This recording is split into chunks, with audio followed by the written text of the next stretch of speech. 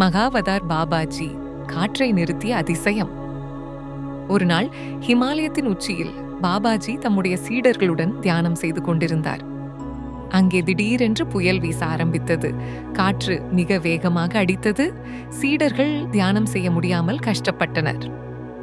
ஒரு சீடர் அஞ்சியபடி கேட்டார், பாபாஜி, இந்த புயல் நம்மை அடிச்சு போடுமோ?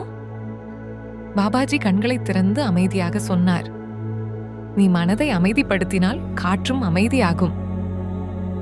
அவர் தியான நிலையில் இருந்தபடியே மெதுவாக மூச்சு விட்டார். அந்த நிமிஷத்தில் புயல் திடீரென்று நின்றது. மலையில் முழுமையான அமைதி நிலவியது. சீடர்கள் அதிசயத்தில் பாபாஜியை பார்த்தனர். அவர் புன்னகையுடன் சொன்னார், இயற்கை உன்னுடன் ஒத்திசைவாக இருக்கும். நீ உன்னை வென்றால் உலகமும் அமைதியாகும். அதிசயத்தின் அர்த்தம் பாபாஜி நமக்கு சொல்லும் பாடம், உள்ளம் அமைதியானால் புயலும் தியானம் செய்யும்.